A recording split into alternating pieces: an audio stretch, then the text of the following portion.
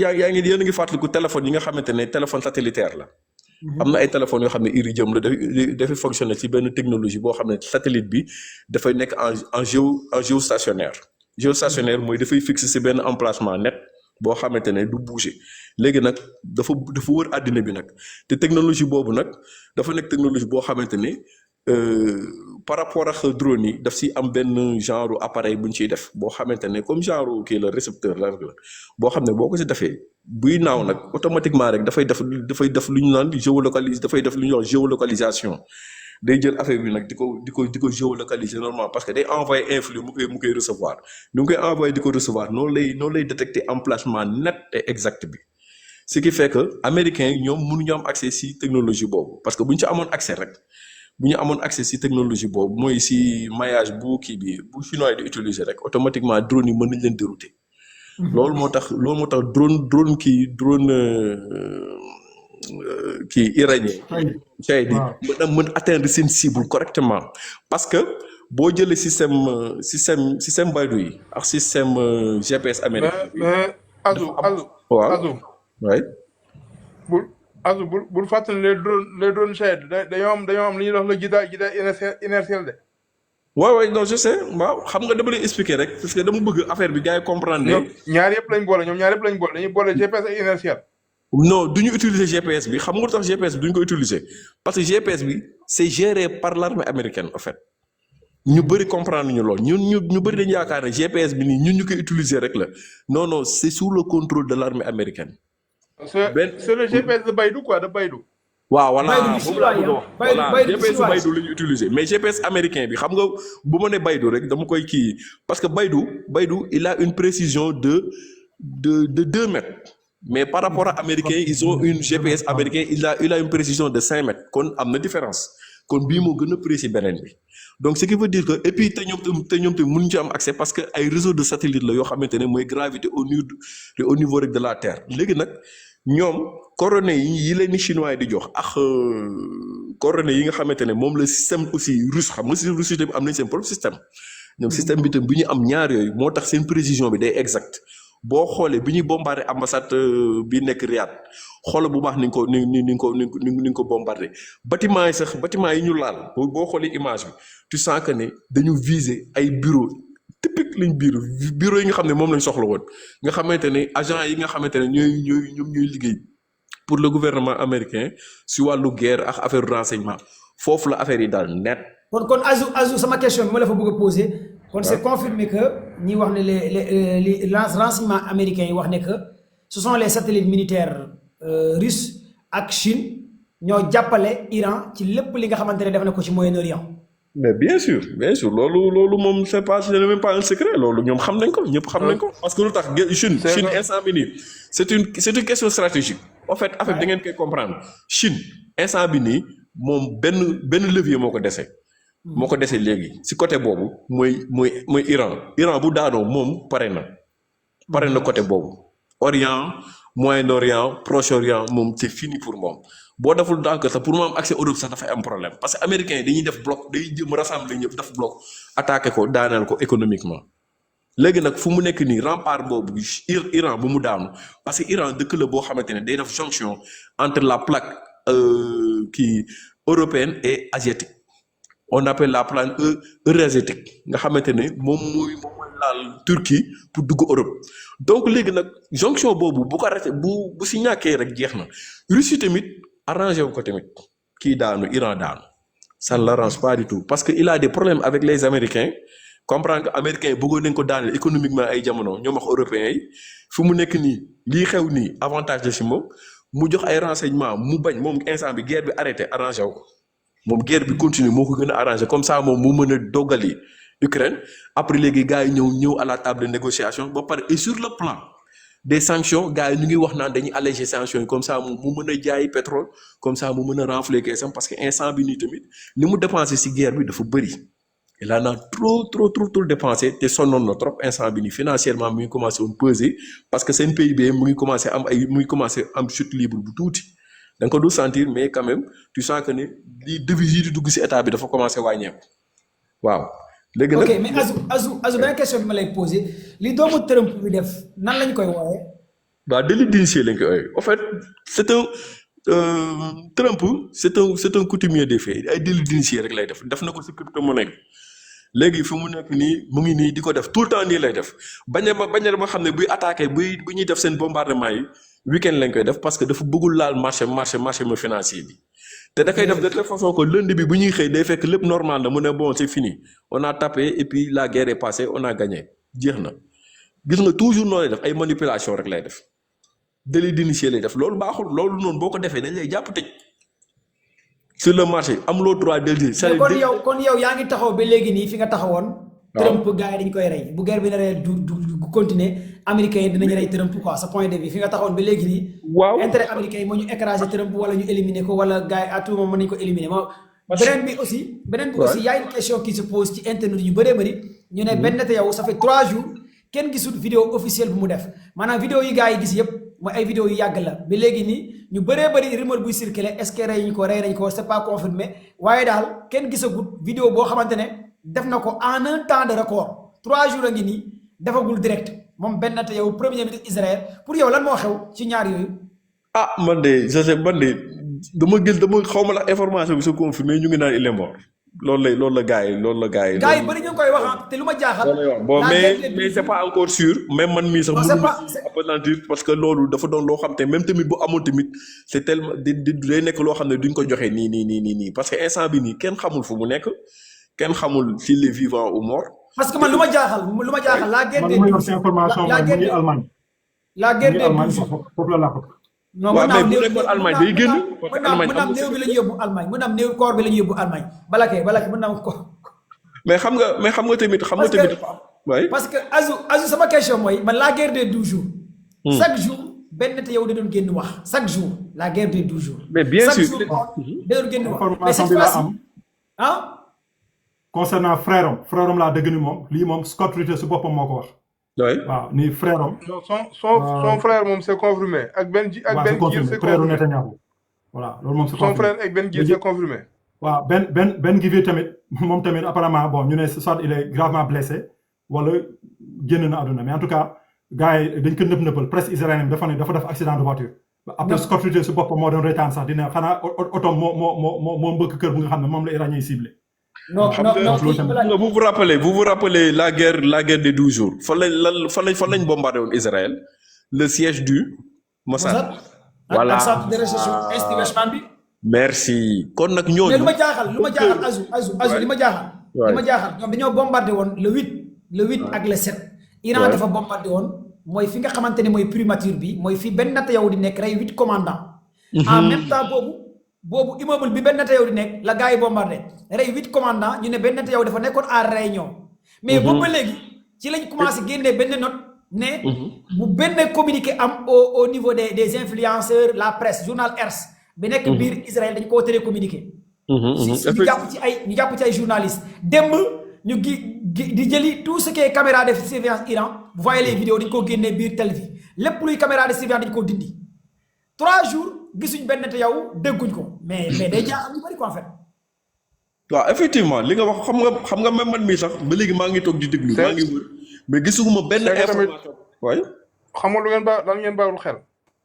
mooy que le dernier missile iranien dafa nekk ay missiles yoo xam ne dafa nekk hypersonique premièrement pare doole ji day am emporté charge 1000 kilos 1 tonne lay am emporté de charge mooy que ne benn fortification tëwu ko.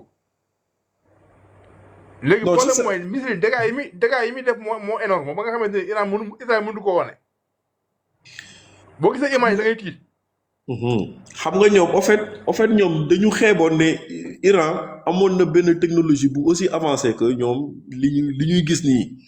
parce que loolu la quoi en fait Iran dafa wane loo xam ne même ñun ñii nga xamante ne dañuy suivre Iran xam nañ ni Iran lu mu yore nii surtout les hypersoniques bi ma ko gisee man vraiment dama xam ne ñii niveau bi ñu toll mais beneen niveau la ñuy dawee en fait dañu bett américains yi bett nañ israéliens yi parce que ñoom en fait missile bi ñuy xeex la guerre des 12 jours ba léegi génnewuñu loo xamante ne moom lañ génnee si guerre bi nii parce que li fi génn si guerre bi génnewul woon jamono boobu ay missile la mooy yi ñu wane woon yi il y a de cela 15 ans 12 ans yi nga xam ne dañ ko defaroon moom lañ doon utiliser di bombarder gars yi foog ne ni Iran fii la yem loolu moo taxoon ñoom ñu am fit ñëw attaqué ko nekkate Iran dafa xam ne ni tôt ou tard gars yi dañuy ñëwaat parce que ils sont en train de le tester léegi nag bi ñu leen di retester bi ñëw nag fekk Iran préparé na dóor leen li mu leen dóor ba affaiblir seen système aérien seen système de défense ba pare doog leen sànni missile yi mu defar ñamal leen si benn war a ñaar yi nga xamante ne par catégorie la et par niveau mu dóor leen gars yi sentir ne ñii nii am na lu ñu toogee nag bi ñu toogee nag ñu commencé yuuxu naan ok capitulation par force et puis c'est fini mais loolu du demee noonu parce que Iran instant bi xam na ni jekku na leen te dafa bëgg jekkali affaire yi mu jeex parce que pourquoi il faut se dire une chose bu leen fàtte ne Iran c'est lui seul contre beaucoup d'États les pays du Golfe les pays arabes les pays européens et les États-Unis c'est-à-dire l'axe 15 au total kay 15 au total ma ne 15 au total 15 pays 15 pays lay xeexal Iran rek lui seul di xeexal 15 pays ba pare nekk toog 47 ans de comment dire d'embargo mais Azou d'embargo mais tu t'imagines loolu léegi nag yow bu résister mais defet la pour ñooñu ñëpp Azou oui Iran a touché 1250 cibles 1250 cibles touchées effectivement te gis nga 1250 cibles touchées li tiital Netanyahu fu mu toll nii muy daw dañoo constaté que depuis bi Iran waxee ni que léegi dafay def guerre boo xam léegi heure pour heure la dent pour dent dañoo commencé dafay identifier des cibles le matin bombarder leen l'après-midi atteindre leen l'après-midi fi mu toll nii en constante évolution lay doon te fi mu toll nii actuellement mi ngi commencé di bombarder des réunions fort ñoom dañuy nekk di réunion dans des bunkers muy laal bunker yi moo tax fi mu toll nii ñoom ñëpp actuellement Iran li gars yi doon def naan décapitation du régime la ñuy def actuellement moom mooy def fi mu toll nii décapitation du régime israélien fi mu toll nii moo tax ñoom ñëpp fi mu toll nii seen taxañ tëgg tama kenn ñemeetul génn parce que boo génnee def déclaration dañu mën a identifier yow foo nekk bu ko defee rapidement mën nañ ko cibler parce que ba léegi xam nga ñu benn système de ciblage bi Iran di am pour mën a leen dal ba pare deuxièmement sur le côté des missiles Iran dafa utiliser deux systèmes balaa nga ñëw si missile bi fu nga laalee noonu rek léegi benn information wax dina nii à peu près 1 heure de temps de cela que jéem nañ cibler ay benn bâtiment benn immeuble bu nekk Dubaï maanaam genre assassinat quoi donc ñoom instant yi nii waxuma sax ni dañuy cibler ay base mais dañuy rëbb gars yi sax ba si biir hôtel yi ba si seen biir building yi fi ñu laaxatu commande ba mën nga ko xool ay généraux ñoo ci nekk ay commandant voilà dugg naa ko mu ko على حزب الله هذا العنوان العريض في هذا c'est que nag yéen li ngeen bawul xel mooy gis nga depuis la nuit des temps ba guerre commencé am ba léegi nii mus ngeen gis jaww ju àndandoo lépp di tàkk un ciel en feu doy na waar mais loolu effet psychologique bi muy def rek à travers les troupes rek dafa doy waar mooy le Khorramshaah bi ànd ak sous-munitions yi mais su ñëw da ngay gis jaww jëppay ànd di tàkk imagine effet psychologique boobu muy créé nga xool seen lépp asamaan sépp ànd di tàkk di ñëw mais loolu effet psychologique moo garaaw te laaj dañ psychologie ji am solo loolu man moo gën a doy waar ci lu Iran njëkk créé kii David Benaya dafa dee wala démb joxe woon nañ information yi dee na de chef du Mossad démb génne woon nañ information ba ñu bombardé nañ benn siège Mossad ba ñu génne vidéo yi David Banner waaw joxoon na ne dee na de dee na kay loolu lañ wax de chef du Mossad parce que démb gars yi doon mooy li ngay wax ni bombardement bu ñu defoon démb si guddi si siège Mossad bi gënoon mag foofu lañ ko defee si la deewee ba ñu génne information yi ba génn sax benn corps ne moom la quoi. mais waa Hezbollah message bu ñu publié daal mooy jàppal ne ci côté Israël. doomu Smotrich dee na doomu Smotrich dee bi blessé woon. ah. mujj na dee. ah dee na. waaw Smotrich doomam bi mujj na dee. te moo gën waa Hezbollah daal li ñu publié ñoom seen rapport communiqué bi mooy taal nañ 9 chars de combat Israël rey nañ 100 soldats Israël envahir nañ Israël dóor nañ plus de 200 roquettes biir Israël ak 4 projectiles ak 4 missiles lii mooy communiqué bi Hezbollah def tey bi nga xamante ne am na démb ak tey te loolu noonu mooy lu am mooy jàppal ne soldats te encore force Ridwaan yi ñoom dugg nañ au sud de Israël mooy waa Hezbollah ñu ngi envahir li nga xamante ne mooy Israël wax naa leen force Ridwaan yi mooy les forces commando Hezbollah dafa am ay branche boo xamante ne aussi ay forces commando lañ lii aussi mooy image bi ñu am léegi missile balistique moo bombardé li nga xamante ne base militaire américain bu nekk Bahreïn li desoon voyez les images yaa ngi nii léegi nii gis ngeen base militaire américaine li desoon ci Bahreïn benn missile balistique la fa gars yi fëgg léegi nii xamaguñ ñaata soldats américains ñoo ci décédé parce que ba léegi nii États-Unis aussi li ngeen war a fàttali ko mooy seen soldats yi jeexagul ci Moyen-Orient c'est pas que États-Unis dañoo vider tous les bases loolu aussi il faut que ngeen xam ko américains yi des na ay quelques miettes de soldats ñeneen ñi ñu ngi ci hôtel yi sànq am na benn image bu doon Balake doon joxe mooy Balake ci hôtel la benn hôtel boo xamante ne ay généraux américains ñoo fa nekkoon ay capitaines américains ñoo fa nekkoon ay lieutenants américains ñoo fa nekkoon waa Iran ñoo ko bombardé léegi nag hôtel bi mu ngi tàkk xamaguñ ñaata soldats américains ñoo ci décédé chiffres yi xamaguñ ko Balake envoyé na image bi aussi gis naa ne World Trade Center gars yi wane nañ image yi mooy tey ci guddi kon tey dafa mel ni waa Iran dañoo jëfuru tey li Iran bombardé tey moom c'est du lourd loolu nag lu ko waral mooy seen banque bi gars yi laal banque bi aussi sànq Balake mu ngi koy wax banque boobu noonu lu bëree bëri États-Unis da koo yàq aussi bi Iran am na aussi benn bombe de phosphore blanc bi Israël lancé xaw ma ndax jot ngeen information yi benn bombe phosphore blanc ñu ne Israël ko lancé arme non conventionnelle la parce que waru bokk ci arme yu mu war a utiliser. effectivement baaxul quoi yooyu noonu bu fu mu dal exploser rek day créer benn genre fumée toxique boo xam ne ku ko noyyi rek. da ngay commencé am ay problème xam nga li tax ñu interdire ko mooy le phosphore blanc mooy gën a day lekk oxygène lay lekk. oxygène bi moom lay lekk. xam nga lii loolu moo tax ñu interdire ko. lii nag Israël lancé na ko tey Israël lancé na bombe phosphore blanc bi ba waa Iran génn di communiquer ci loolu léegi nag. est-ce que loolu du day wane que toujours. day jàpp ne que ils ont perdu le combat parce que bu ñu demee bay def ay recours. même démb sax lancé nañ ko ci guddi. si du tey sax démb sax lancé nañ ko. non du tey de démb lañ ko lancé démb lañ ko lancé mais man lu ma bëgg a wax rek mooy que. li ma ciy dolli daal ñoom stratégie bu ñu bëgg a jëmee instant yi mooy maanaam punir la population iranienne ñoom instant yi si loolu la nekk parce que soo xoolee. am na benn école bu ñu bombardé rek tey rek mais heureusement y avait pas d'élèves l'école était vide tu vois mais ñoom instant yi soo xoolee lépp luy infrastructure les postes de police parce que dañoo yaakaar ne dañoo bëggoon population bi génn pour ñu maanaam def benn genre révolution de couleur loolu fap mu jëwul am jàppandal waaw voilà loolu mu jëwul am ñuy commencé cibler seen dépôt de pétrole yi commencé di cibler seen banques yi même ay quelques prisons jëm nañ leen ciblé yooyu yëpp pour genre créer maanaam genre chaos total pour yàq ñoom instant ni loolu la ñu am parce que stratégiquement maanaam pour ñu mën a def dara pour ñu mën a gagner guerre bu mënatul nekk voilà donc lii fa ñu bàyyi si xel quoi maanaam ñoom li instant ni seen kii rek mooy jéem a xojomal population bi pour population bi génn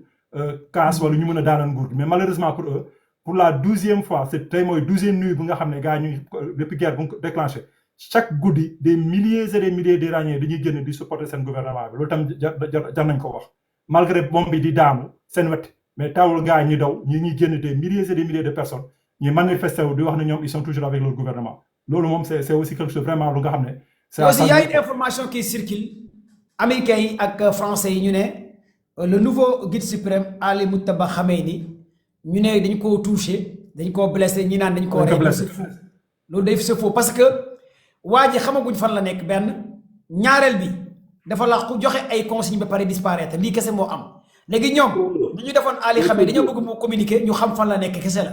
maanaam manipulation la le gars là jusqu'à présent ñaar ñooy communiquer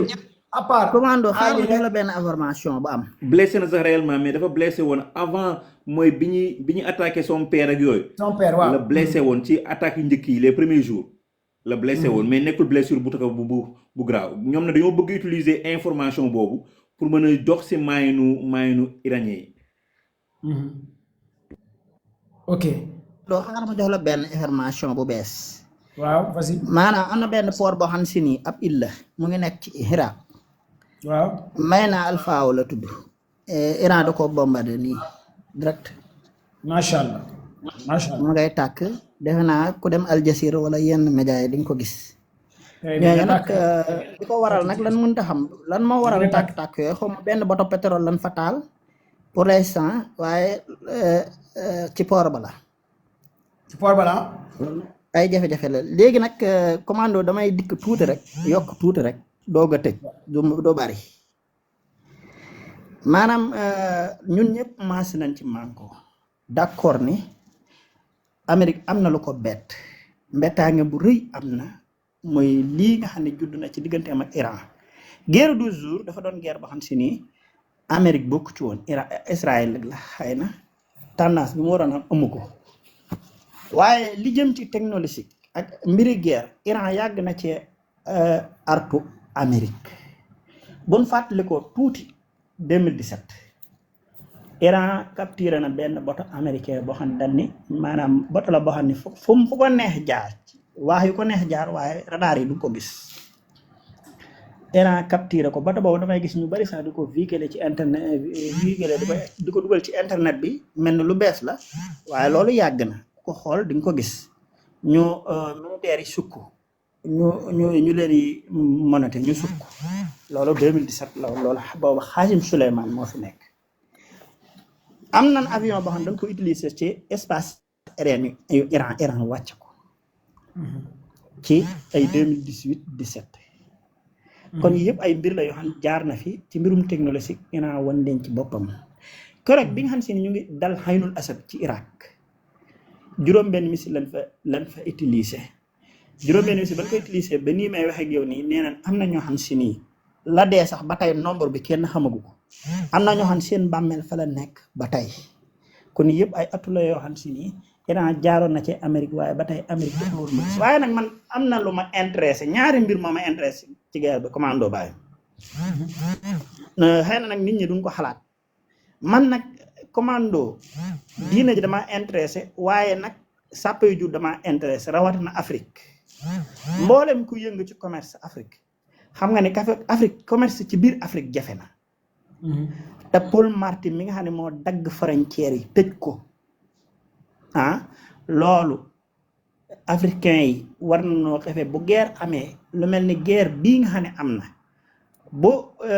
maanaam bu demee ba ci jamonoy woote ay accord africain yi seen président yi war nañoo góorgóorlu loolu war nañ ko def ay débat yoo xam si nii yéen ñi nga xam ne dégg ngeen anglais ngeen ci wax ok merci baal ma jox gars yi ngeen ci wax baal ma jox gars yi information bi d'après ki nga xamante ne les renseignements d'après les experts du renseignement ki nga xamante ne mooy Alain Joulette ancien directeur du renseignement extérieur français Alain Joulette yéen ñëpp xam ngeen ko mooy ancien directeur du renseignement extérieur français nee na l'Iran pourrait utiliser le système de navigation chinois Beidou d'une grande précision. Il y a des informations qui confirment que l'Iran, d'après les experts du renseignement, l'Iran pourrait utiliser des systèmes de navigation par satellite chinois pour cibler les installations militaires israéliennes et américaines dans le Moyen-Orient. kon li doon Azo di wax xamal di ko wax mooy gars yi système Beidou bi la gars yi wax ne moom la Iran di utiliser encore Alain Jules ñëw di avancé waat moom Alain Jules en tant qu'ancien directeur du renseignement extérieur français a déclaré que cette semaine au procureur indépendant français Toxin, il est probable que l'Iran ait eu accès au système de navigation par satellite chinois Beidou pour cibler tous les installations américaines dans le Moyen-Orient. Pour cibler toutes les installations américaines dans le Moyen-Orient, Iran va continuer encore de massacrer toutes les installations américaines dans le Moyen-Orient parce que la technologie des Chinois est puissante et même Iran pourrait même utiliser les satellites militaires russes. Il y a un commentaire, la balle est dans votre camp. Commando, c'est une affaire. Israël, des bombarder ay école, rey na fi ay jigéen, bombarder banque centrale. Bombarder ay installation pétrolière bombarder ay kër ay affaire toujours ay lu nekk lay c'est-à-dire ay civils sax da leen di bombarder pour yàq pour rey mais xoolal Iran depuis guerre bi bu mu commencé la guerre des 12 jours ba léegi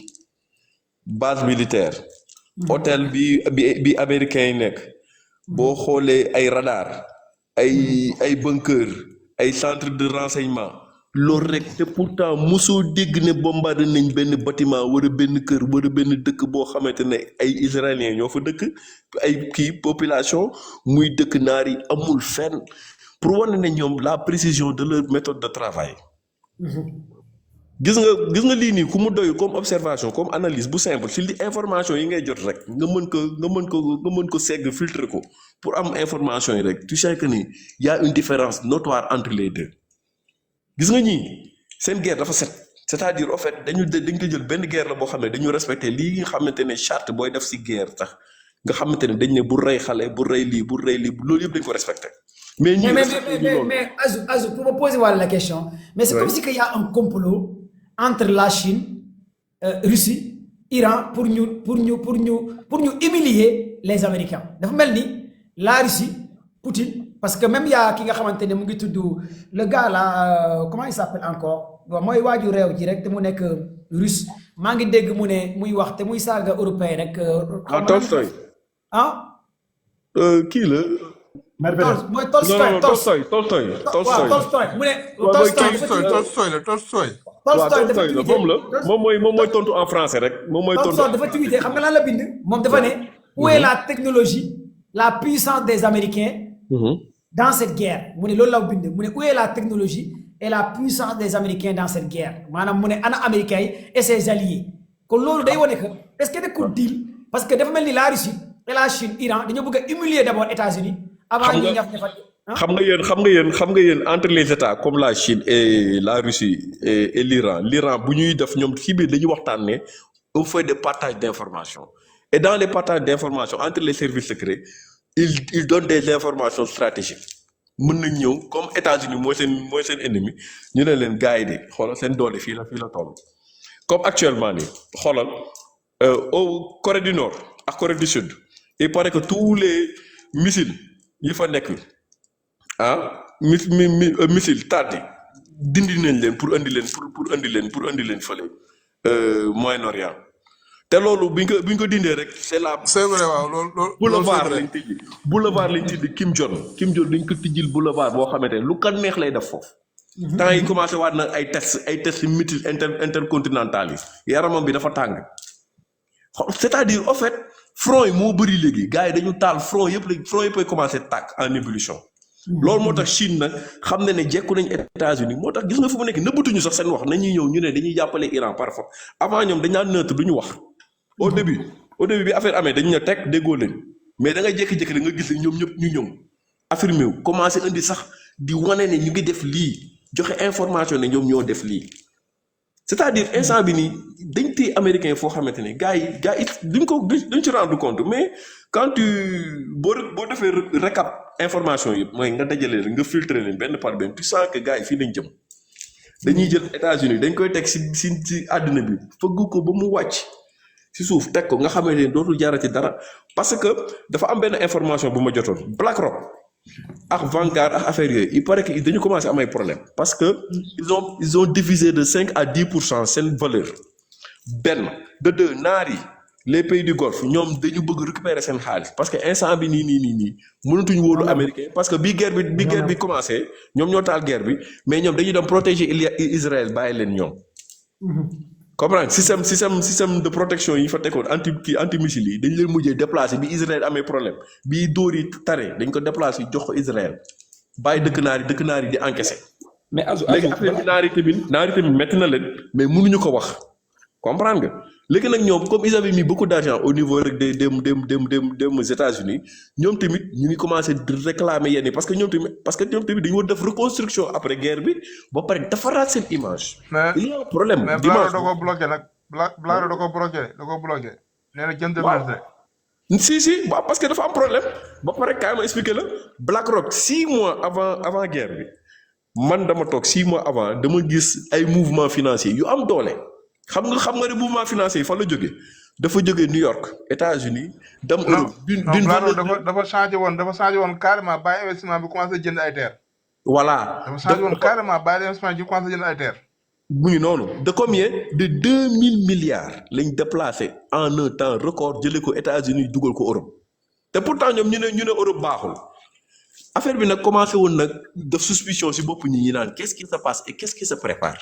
ñoom xamoon nañ ne guerre bi day ñëw loolu yëpp xamoon nañ ko moo taxoon gars yi teel a daw déplacé wu gis nga des fois ñi dama leen koy wax ma ne leen boo bëggee xam àddina bi li di xew xoola bu baax les marchés financiers ñi nga xamante ne ñooy acteurs yu majeurs yi mooy les baleines ñi nga xam ne ñoo koy gérer xoola ñoom information yi qu'est-ce qu'ils font ak fan lañ jëm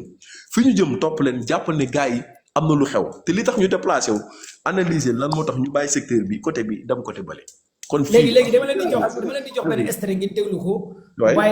bàyyi ko ci ay médias anglais am na plus de 400 000 vues boo xamante ne aussi ay chroniqueurs anglais américains ñoo ko def dernière information yi mujjee am dañ ko dajale nag ngeen déglu gars yi fii lan la gars yi wax français anglais la après ñu ñëw ci 10 minutes 5 minutes rek déglu leen. La dernière nouvelle, à l'instant, est que l'Iran a absolument rejeté les États-Unis ou toute discussion sur un cessez-le-feu. Il y a maintenant des rumeurs provenant d'Al Jazeera, selon lesquelles les États-Unis auraient en réalité pris contact avec le gouvernement iranien, avec la direction iranienne, et que l'Iran aurait désormais rejeté cette approche. Cela a été rapporté par le Quds Network, qui affirme que des contacts étaient recherchés par Steve Witkoff, selon le chef du bureau d'Al Jazeera à Téhéran, au sujet d'un cessez-le-feu. Mais d'après des sources, l'Iran n'a aucun intérêt à s'engager dans de telles discussions. C'est un point crucial, car il y a de plus en plus d'indices que cette guerre non seulement ne s'est pas déroulée comme prévu pour les États-Unis et Israël, mais qu'il se trouve désormais du côté des perdants. xam nga lii lañ doon wax sànq Scodrate wax na ko Mark Douglas wax na ko sànq Balaki mu ngi koy wax Ers publié na ko maanaam capacité bi nga xamante ne Iran def na ko Bill aussi mu ngi koy wax Balaki bàyyi mu daw. léegi lu ma leen bëgg a partager nii xam nga au fait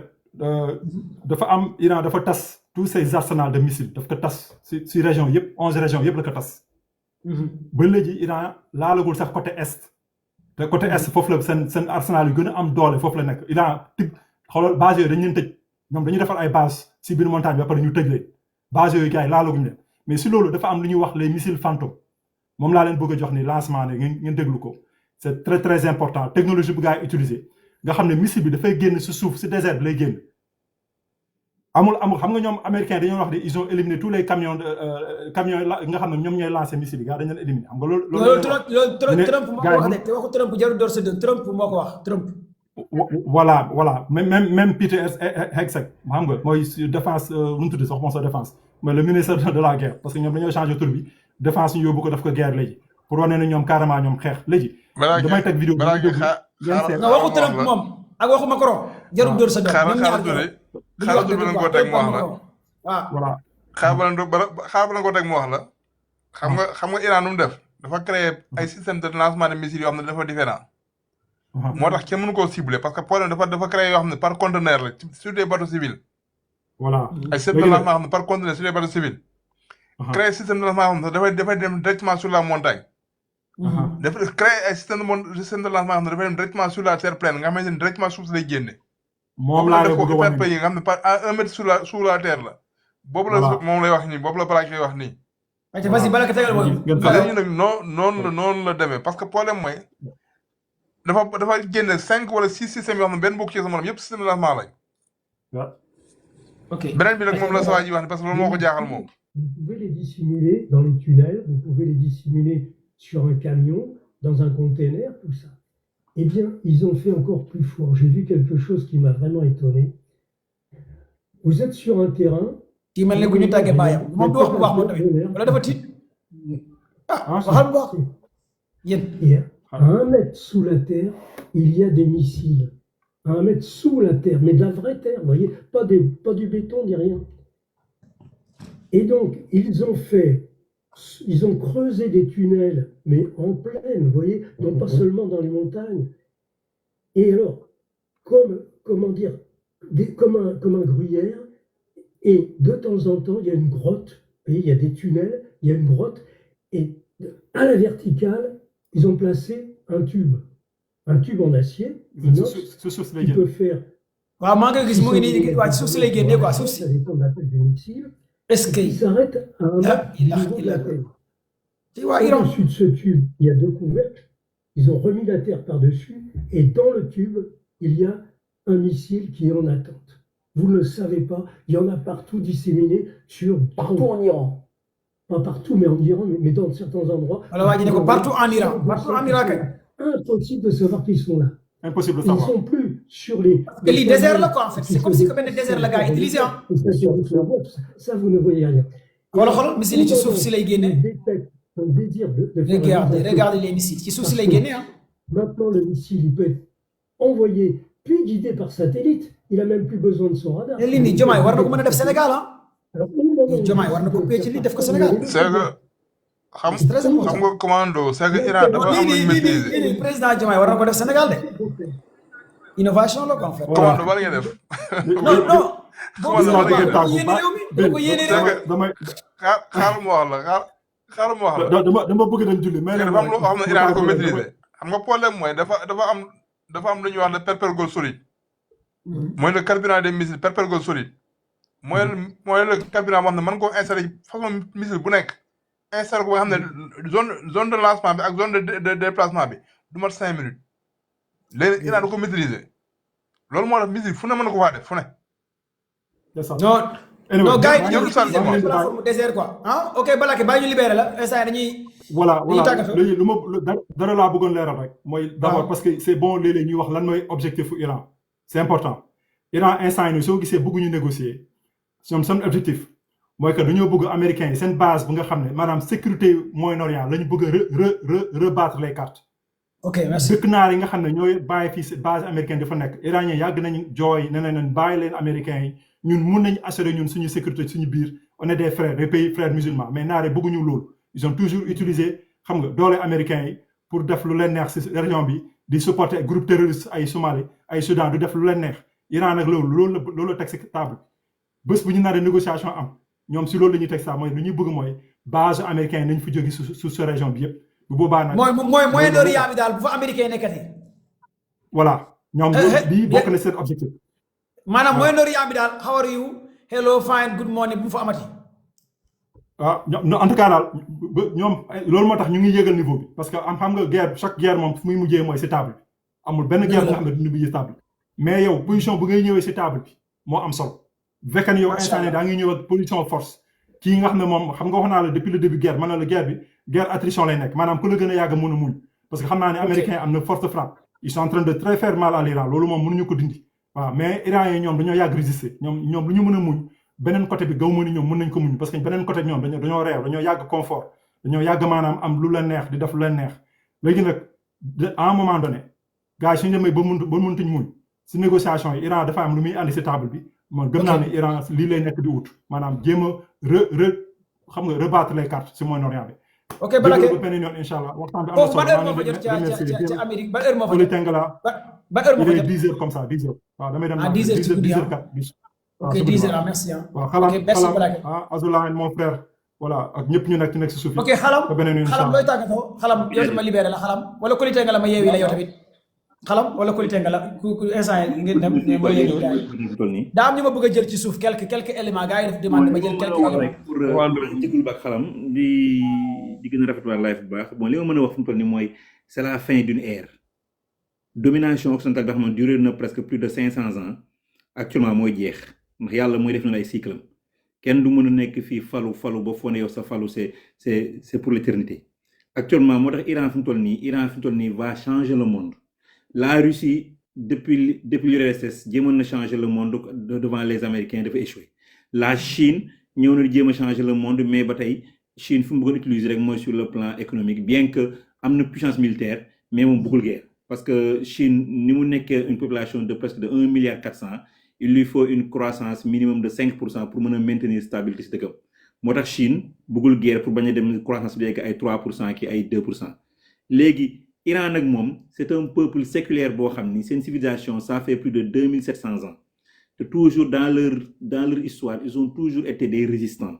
booba ADN moo nekk si ñoom léegi nag donc ñoom dañoo boole léegi la résistance la fierté ak la technologie ñoom pour ñu mën a renverser l'arrogance de l'État américain et des sionistes actuellement fi ñu toll nii plan bi américain yi amoon dugg si ndox parce que ñoom dañoo bëggoon bu ñu maîtriser Venezuela maîtriser Iran mu nekk 30% du pétrole mondial ñu xoj Chine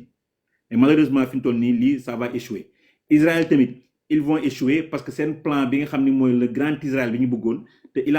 Iran moo nekkoon seen numéro 1 bi ko doon bloqué actuellement dafay échec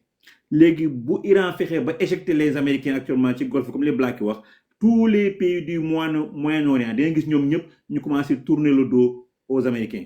donc te Américains yi bis bu ko pays Moyen-Orient yi amee fit tourner ko le dos dinañ gis léegi le dollar va effectuer une chute boo xam ni bu extraordinaire boo xam ni du nekkati la monnaie de réserve bi nga xam ni moom mooy téye àdduna bi te boobaa ça va permettre les pays du sud comme ñun ñu mel ni suñu dëkk yu mel ni le Sénégal bu dee ñoom changé nañ seen conscience gëm seen bopp orienté seen bopp si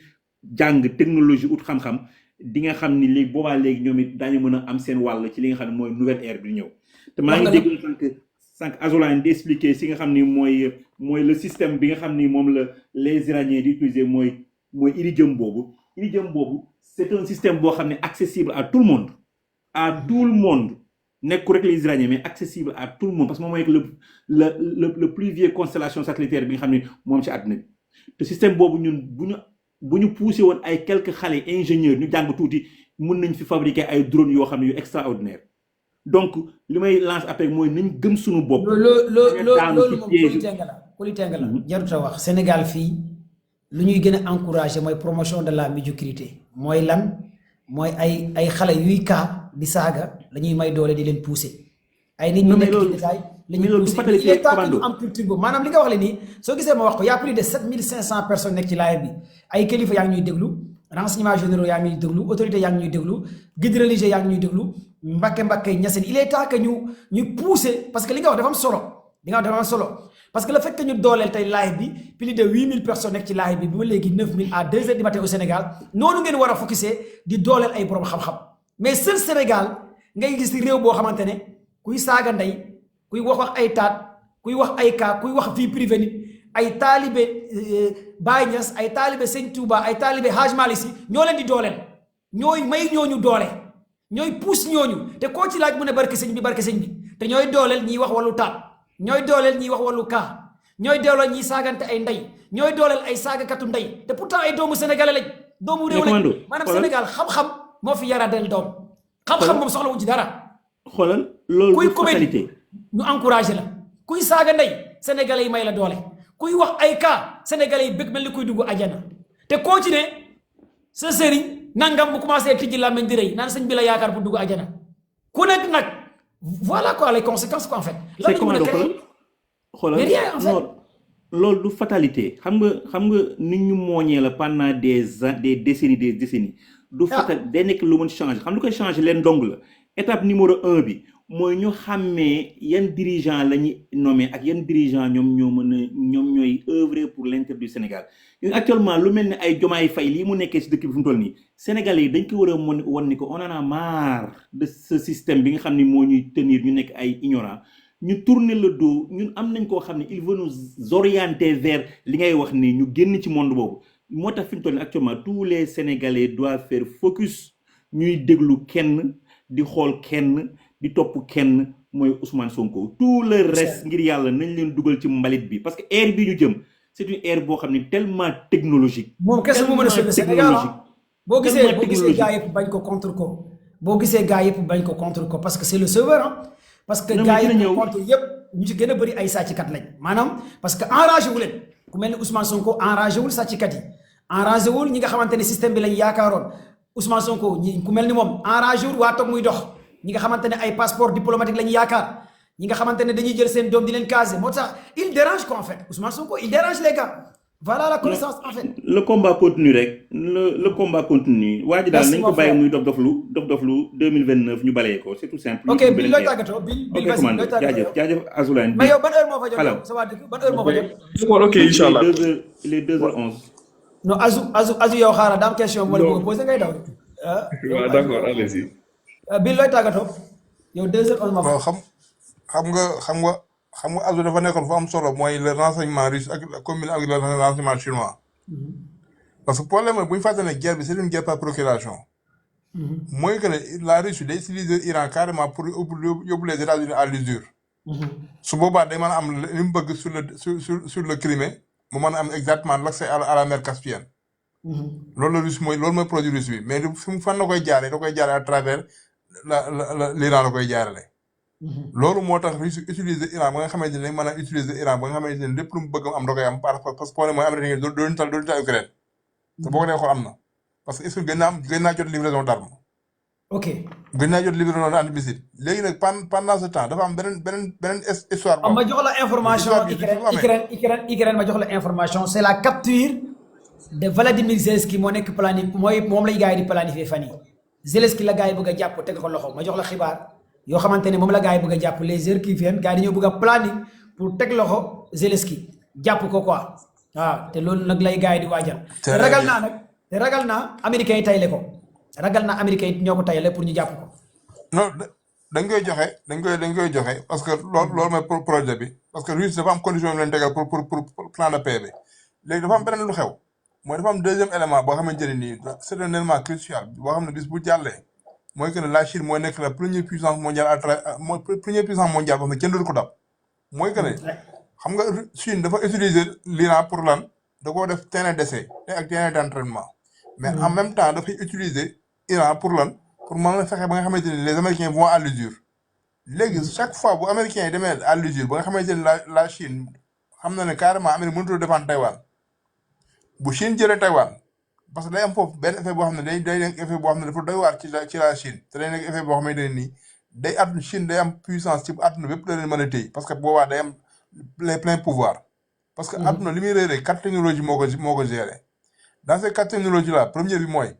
les terres rares Chine moo yor 95% des terres rares xam nga la deuxième technologie mooy la lithographie kan moo ko yor Taïwan a ko yor léegi soo jëlee les terres rares boole ak la lithographie benn kese ñaar moo lay dese mooy Nvidia ak HMSL bi nekk Hollande léegi imaginer tey bu fekkee ne la Chine détient les terres rares ak la lithographie nga xam ne boobu technologie kese moo ko teewoon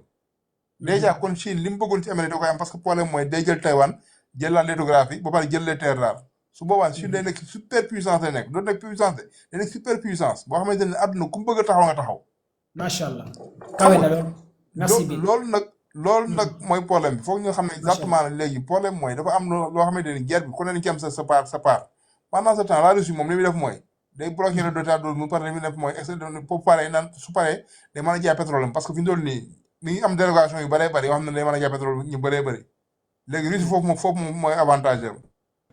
avec le pétrole et le gaz parce que problème mooy Russie c'est un pays très très très riche en pétrole et en gaz moo tax guerre bi kenn ku ne ak sa avantage yi nga am foofu lay dikkee merci commando. ok merci Bill